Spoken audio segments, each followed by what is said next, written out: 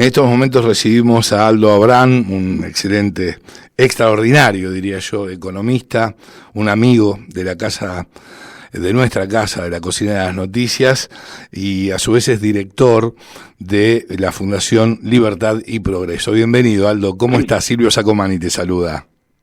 Muy bien, un gusto estar charlando con ustedes. Buenas tardes. Igualmente para nosotros. Aldo ganó la libertad, y fundamentalmente la libertad económica, ¿no es cierto?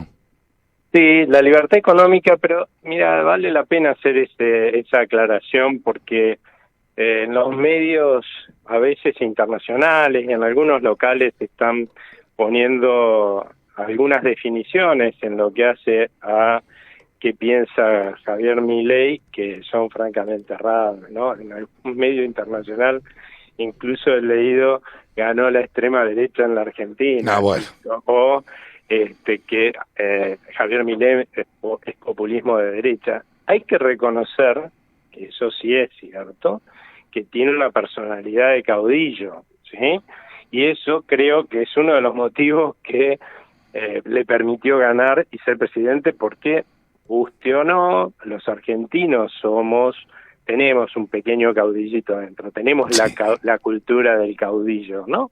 Entonces tendemos a seguir líderes fuertes, pero la realidad es que desde todo punto de vista, Javier Milei es un institucionalista, es un respetuoso de todos los principios de las democracias republicanas. Algunos se asustaron cuando escucharon hablar de que venía un cambio de 35 años, pero él nunca dijo que iba a haber un cambio, que él iba a liderarlo durante 35 años. Él liderará los 8 que le toque y está suponiendo, porque el que piense que de un día para el otro la Argentina va a pasar a ser como los países europeos y va a tener ese nivel de vida, está absolutamente equivocado. Es todo un proceso que va a llevar años, ¿sí? Porque hemos perdido terreno.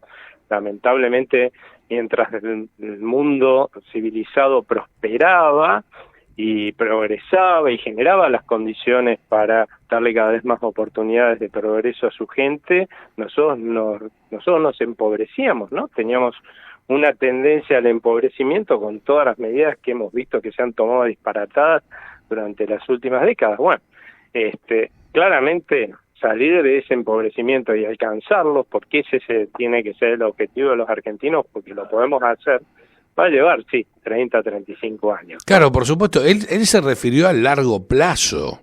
Sí. Que él hacía mucho tiempo que no escuchaba a un presidente hablar del largo plazo, y el largo plazo tiene que ver con políticas de Estado, con las reformas que hay que llevar adelante, y precisamente está en la idea de Javier Milei eso, ¿no es cierto? Totalmente, y todas lo que son reformas políticas para que acá haya mucha más transparencia, sí, incluso para que se cuide el voto de la gente y no haya las preocupaciones que tenemos cada vez que vamos a votar al respecto de eso, ¿no? Nada más lejos que del populismo, ¿no? Que es justamente la antítesis de lo que es una democracia republicana. Para ellos la democracia republicana es una imposición de oscuras corporaciones para mantener sus privilegios, y hay que voltear la democracia republicana, ¿no? Y constitucional. Él piensa exactamente lo contrario, que hay que fortalecer el concepto de democracia constitucional. Y bueno, lo que sí va a llevar muchísimo tiempo, porque hay que reconocer también que la calidad institucional de la Argentina ha sido muy destruida, pobre, ¿no? Sí, y entiendo que planteé por primera vez, es cierto, está bueno plantear objetivos de largo plazo, porque la verdad es, ¿cuántas veces hablas con economistas y conmigo? A cada rato, ¿no? Sí. ¿Por qué? Porque nuestro principal problema es justamente que estamos continuamente empobreciendo. ¿No sería mucho mejor, ¿sí?, que estuvieras hablando con alguien de cómo hacer la educación mejor para nuestros chicos, para que cuando salgan puedan conseguir fácilmente trabajo, como para que justamente los eduquemos de la forma que corresponde para el futuro, en el cual cada individualidad va a ser lo que valga, no como antes, que si vos sabías que era todo masivo, ¿no? Hoy lo que vale para el ser humano, lo masivo lo hacen las máquinas, la PC, ¿no es cierto? Hoy lo que vale es lo que a vos te hace particular, ¿no es cierto? Y eso es lo que vos tenés que pulir en un chico. En vez de eso estamos hablando a ver cómo resolvemos los problemas económicos, o el tema de la salud, o de la justicia. Tantos temas hay para hablar que son mucho más importantes realmente. Sí, pero seguro. bueno, entiendo que tenemos que terminar hablando conmigo porque evidentemente lo urgente manda, y lo urgente está en que la gente cada vez está peor económicamente, ¿no? No le podemos pedir que hablemos de educación cuando más del 50%, 60% de los chicos están en la pobreza. Sí, totalmente. ¿No? Y él con respecto al tema de la educación fue muy claro. Él lo que sostiene es que hay que, de alguna manera, el Estado tiene que estar presente, colaborando, ¿sí?, con la demanda y no con la oferta.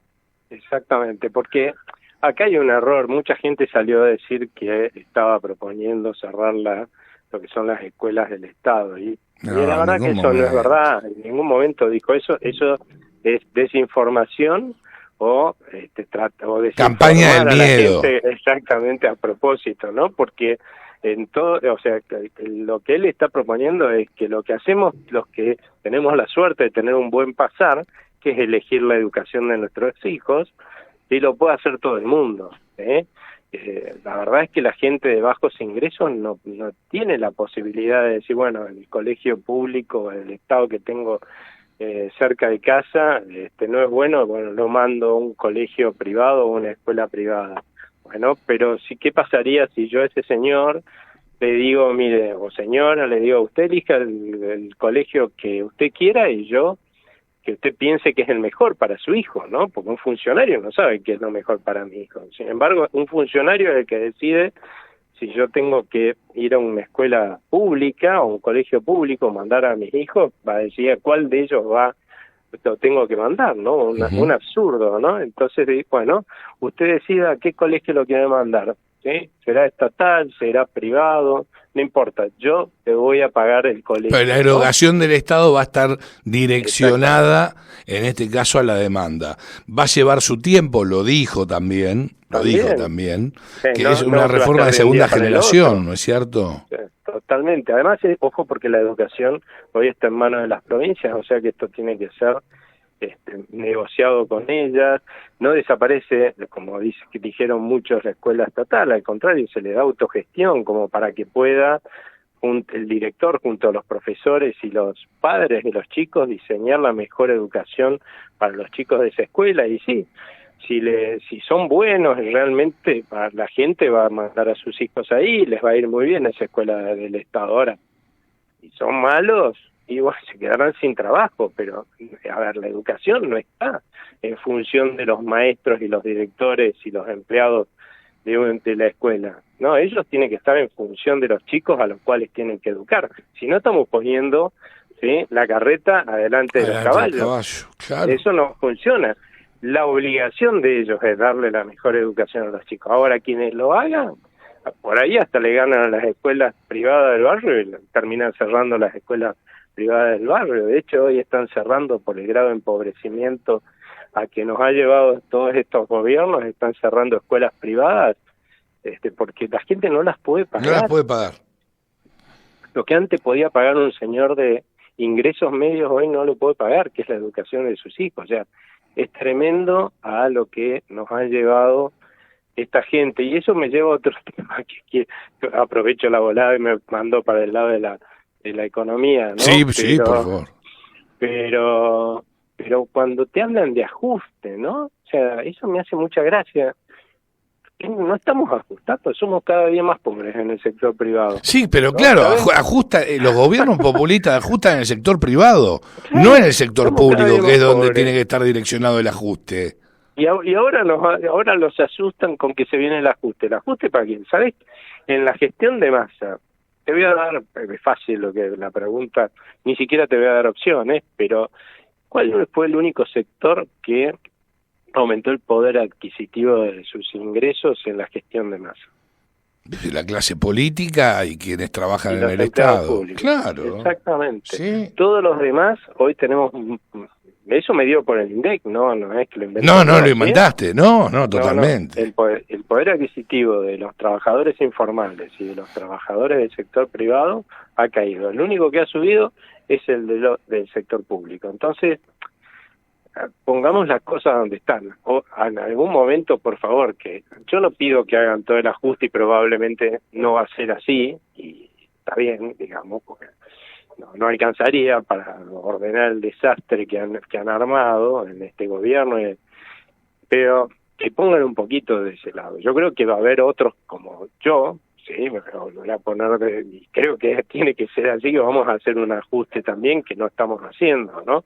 Yo vivo en la ciudad de Buenos Aires y a mí los contribuyentes, la verdad, me pagan entre el 50 y el 60% de la luz, el gas y el agua que consumo. ¿Y a alguien le puede parecer eso justo? La verdad es que no, porque debe haber gente en el interior del país, no conozco todas las realidades del interior del país, en la cual debe haber gente de menor ingreso que yo, ¿sí?, que está pagando la luz, el gas y el agua lo que valen, ¿no? Y encima, como contribuyente, haciendo un ajuste en su consumo, ¿sí?, para pagarme como contribuyente a mí el agua. Seguro, no, es una locura, es una locura.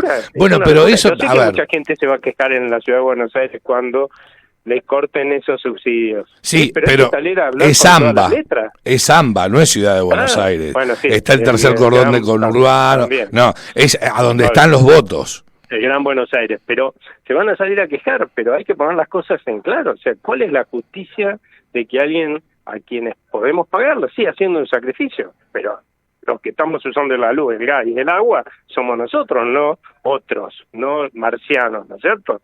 Bueno, tenemos que pagar lo que corresponda, y sí, vamos a tener que recortar otros gastos, y sí, pero hoy hay otros que están recortando sus gastos para pagarme la luz, el gas y el agua a mí. Totalmente, y no es para nada justo. Un disparate.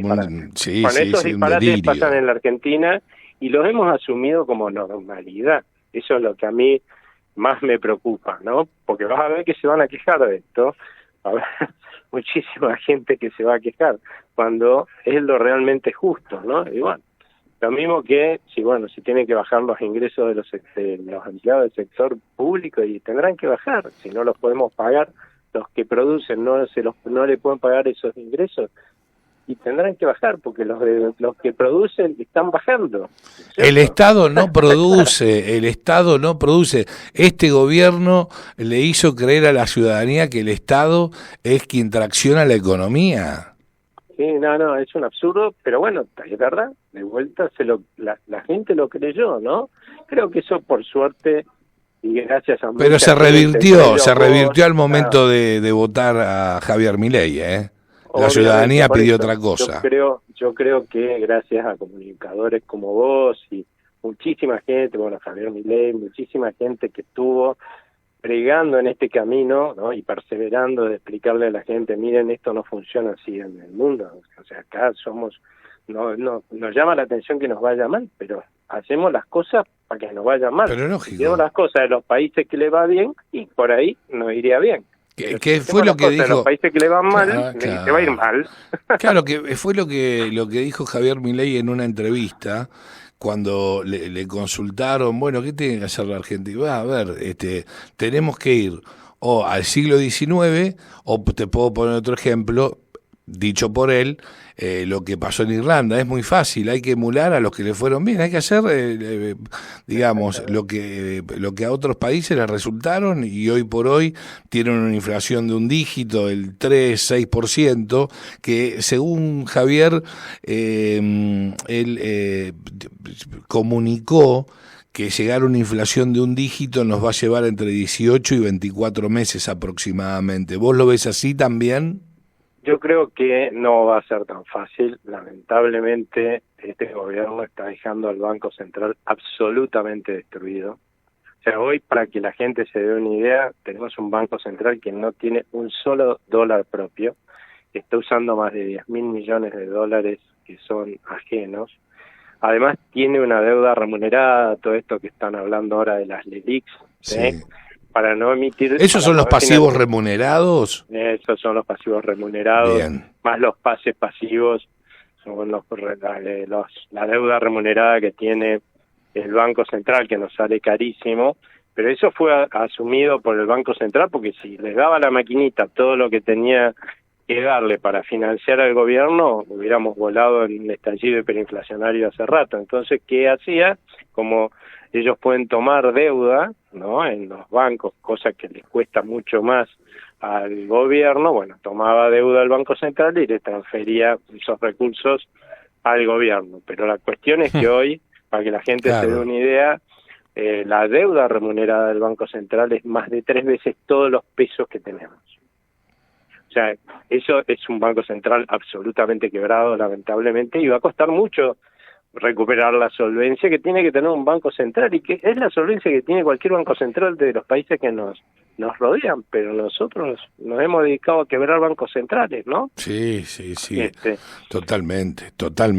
Y ahora estamos lográndolo de vuelta, por eso es verdad esto que él dice, ¿no?, de que hay en marcha, o sea, que hay en el frente una posibilidad de hiperinflación, ¿sí? Porque una de las cosas que se está viendo ahora, que no hemos visto en otros momentos cercanos, es un proceso hiperinflacionario, ¿no? Cuando la gente se harta y empieza a dejar de demandar los pesos, pues dice, si tengo un peso en el bolsillo, viene el Banco Central y con todo lo que emite, ¿sí?, le quita poder adquisitivo a ese peso, ¿no?, porque se está destruyendo el valor de nuestra moneda para financiar al gobierno. Y bueno, yo no quiero que me saquen más, porque esos pesos que yo tengo me costaron esfuerzo y sacrificio tenerlos, tengo que laburar para eso, ¿sí? Por supuesto. Entonces, y sacrificar consumo y qué sé yo, bueno, listo, entonces me lo saco de encima,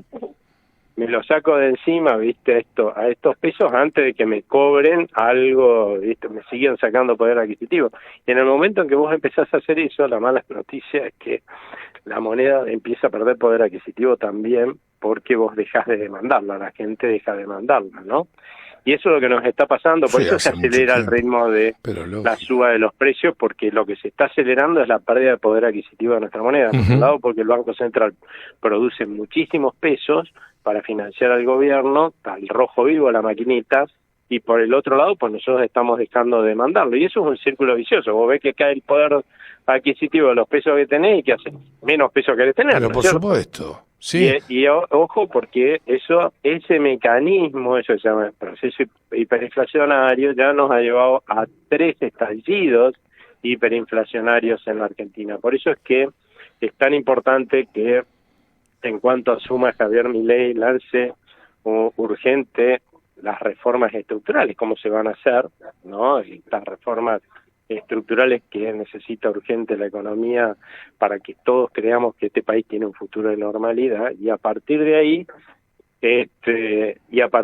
bueno, salirse de este cepo, ¿no? Porque hay que salirse rápido, porque las 3 hiperinflaciones vinieron después de 3 cepos justamente que quebraron el Banco Central. No, ¿y cómo destrabás este cepo? ¿Cómo lo destrabás? ¿Y en cuánto tiempo? Se puede hacer muy rápido, en la medida que... A ver. Nosotros tuvimos 21 cepos, ¿sí? Sí. 22 cepos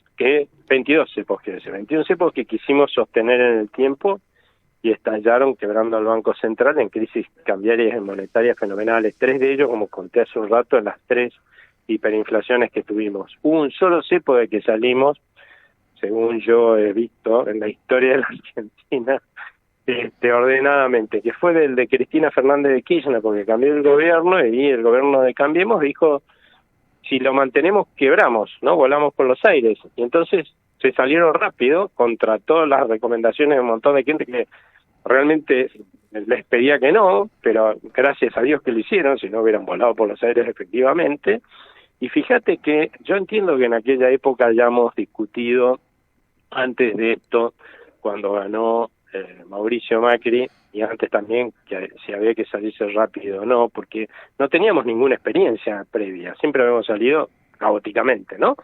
Entonces entiendo que en aquella época yo decía, bueno, vamos a salir con un dólar por debajo de los dólares paralelos, pero me decían, no, porque la gente va a salir corriendo a comprar dólares, va a subir, te va a ir al diablo el dólar, y bueno, si te va al diablo va a volver a bajarle, ¿no? Pero porque la verdad es que porque no tenía con qué demostrarle nada, porque nunca había pasado. Ahora, ¿qué es lo que sucedió? ¿No? Porque ya lo vimos cómo funciona esto. Macri gana las elecciones y el dólar paralelo empezó a bajar.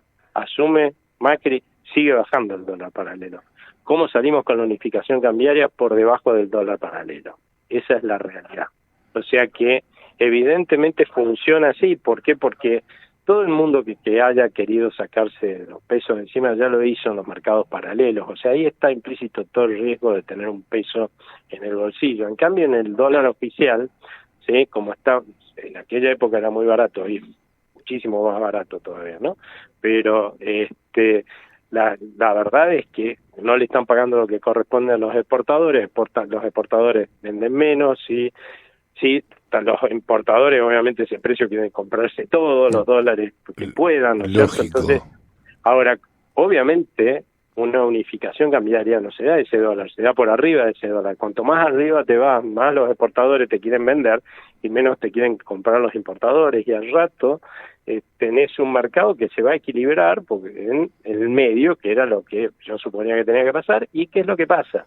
Sí, es cierto que no salimos en ese momento técnicamente del cepo, sino que llevó algunos meses más de desarmar una maraña de regulaciones, ¿sí? Y restricciones e imposiciones que se ponen para sostener, porque son insostenibles los cepos, y llevó meses desarmar todas esas cosas, y ahí uno podría recién decir técnicamente, bueno, salimos del cepo, pero ya la unificación cambiaria se había producido, y es muy probable que si hacemos lo mismo, también esta vez lleve mucho más, porque es la maraña de regulaciones, restricciones e imposiciones y parches absurdos que tiene este cepo es infernal. O sea, nos va a llevar quizás todo el 2024 desarmar toda esa telaraña que nos está asfixiando, y bueno, pero unificar el tipo de cambio hay que unificarlo en 1 o 2 semanas después de haber asumido el nuevo gobierno. ¿Y vos considerás que en lo que resta de este gobierno, que es muy poquito,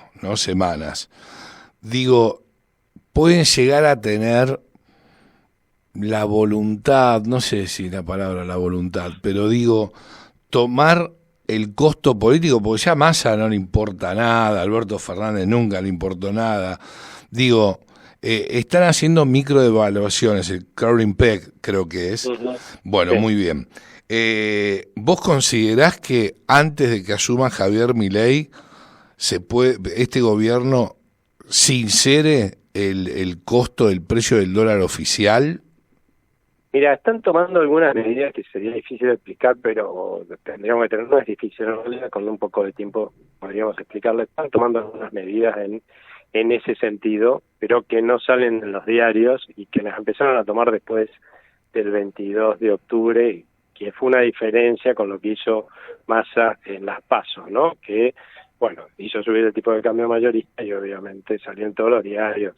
Bueno, hizo algunas cosas que son equivalentes a eso es la verdad, porque él lo necesitaba para él, porque consideraba que iba a ser presidente, ¿no? Bueno, esas cosas se siguen haciendo. Lo que no podemos pedirles es que hagan lo que ellos consideran y siempre creyeron que no había que hacer, porque si es evidente que ellos no tienen el mismo diagnóstico que tengo yo, ¿no? Por supuesto. No, obvio. Entonces, y es evidente que les fue mal porque tenían un mal diagnóstico, pero bueno, ellos siguen considerando que su diagnóstico es el mejor y van a actuar aún pensando bien, ¿no es cierto? Van a actuar en función de lo que ellos consideren que es mejor, y está todo bien, porque hasta el 10 de diciembre, ¿sí? Ellos tienen la responsabilidad de gestionar, ¿no? Le guste el resto del mundo o no, incluso a Milei, a la oposición, la responsabilidad de gobernar y llevar este barco lo menos estropeado ya a esta altura posible y entregárselo al próximo capitán es responsabilidad de ellos, y tampoco le podés pedir que hagan algo que ellos consideran que va a traer una consecuencia mala, porque si llega a tener una consecuencia mala, ¿quién va a ser el responsable? Ellos, ¿no? Entonces, lo más que uno le puede pedir es, bueno, que no hagan las cosas para arruinarle la vida al otro, digamos, ¿sí? No sé cómo decirlo.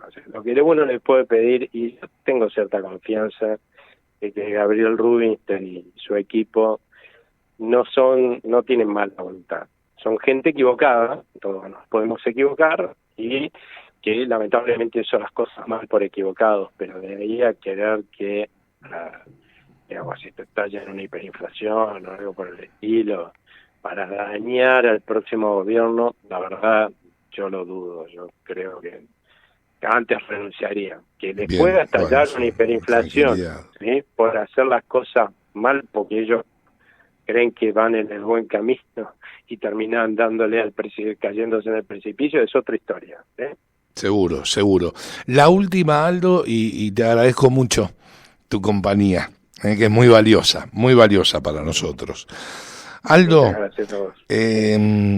a ver, la cuestión impositiva, ¿sí?, la carga tributaria que hoy por hoy hay en Argentina, como siempre lo hablamos, es de características monumentales, ¿sí? ¿Cuánto tiempo crees que le puede llevar al gobierno de Milei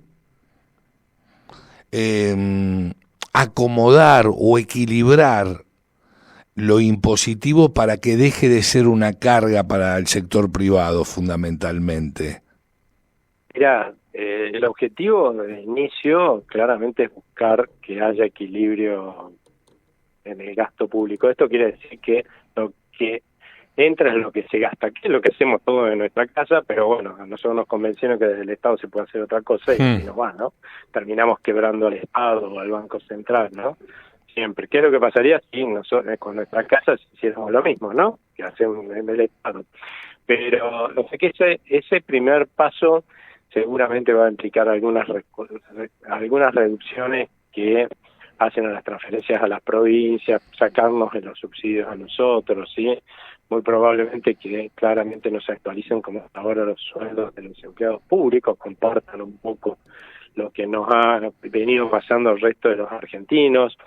Pero la verdad es que con eso lo único que uno haría, y es lo que proponían, además no va a diferir demasiado de lo que proponían el resto de los candidatos y los equipos económicos de la oposición, con eso la verdad es que no alcanza. Lo que hay que hacer es hacer una reforma profunda del Estado. Hemos dejado que los políticos construyan un Estado que le sirve a la política y se sirve a los ciudadanos. Tenemos un Estado que, a pesar de que gasta una monstruosidad, si vos mirás la Constitución Nacional, y no con este gobierno, te podéis ir para atrás y ver lo mismo con todos los gobiernos, no cumple con los mandatos constitucionales que dicen cuál es el rol de aquellos que nosotros votamos para que nos gobiernen, ¿no? Ahora ellos sí son muy capaces, son unos inútiles para administrar el Estado que le dimos con nuestro voto a administrar, pero son muy buenos para hacer andar las aerolíneas y todas las empresas del Estado, ¿no? Una cosa notable, ¿sí? Pero bueno, el punto ahí es que hay que hacer una reforma profunda del Estado para que cumpla con los roles que manda la Constitución, ¿sí? A eso se dediquen los políticos, en una palabra, a darnos un Estado que le sirva a la gente y además que lo podamos pagar, ¿no? Y eso yo calculo va a llevar entre 2 y 3 años, ¿no? En ese trayecto, por supuesto que se van a ir bajando los impuestos, pero no esperemos que sea inmediatamente, porque eso es una cosa que todos tenemos que tener en cuenta, ¿no? Acá no hay magos, no es que totalmente, claro. Uno asume, o sea, cuando vos haces un macanón enorme en tu casa o en tu trabajo, no es que vas con una varita mágica y si alguien la tiene me la presta, por favor, ¿sí? Y hace plin y se acabaron tus problemas. No, tenés que apretar los dientes, esfuerzo, sacrificio, resolvés el problema y después gozás de los beneficios de haberlo resuelto, ¿no es cierto? Bueno, lo mismo pasa con el Estado, porque es administrado por seres humanos igual que nosotros, ¿eh? Entonces, habrá que apretar los dientes. El inicio del año que viene va a ser muy duro, lamentablemente. No por culpa de los que asuman, sino por el macanón que están heredando, claro, ¿no? Exactamente. Pero bueno, a ver, tampoco es que hoy estamos, digamos, de fiesta, ¿no? O sea, hoy estamos en esfuerzo y sacrificio, pero simplemente para no ahogarnos más. Yo prefiero hacer esfuerzo y sacrificio para resolver los problemas y decir, bueno, a partir de mediados del año que viene hay alguna perspectiva de que la inflación baje, que se empiece a recuperar la economía y con el tiempo todos estemos mucho mejor, ¿no? Creo que para eso vale la pena hacer esfuerzo y sacrificio y no como hoy para no intentar no ahogarnos mucho más, ¿no? Seguramente. Aldo, muchísimas gracias, que tengas un lindo fin de semana, un fuerte abrazo. Muchas gracias a ustedes, y que tengan una buena noche. Gracias, igualmente. Gracias, Aldo. Hasta siempre. Aldo Abrán pasaba por la cocina de las noticias, economista.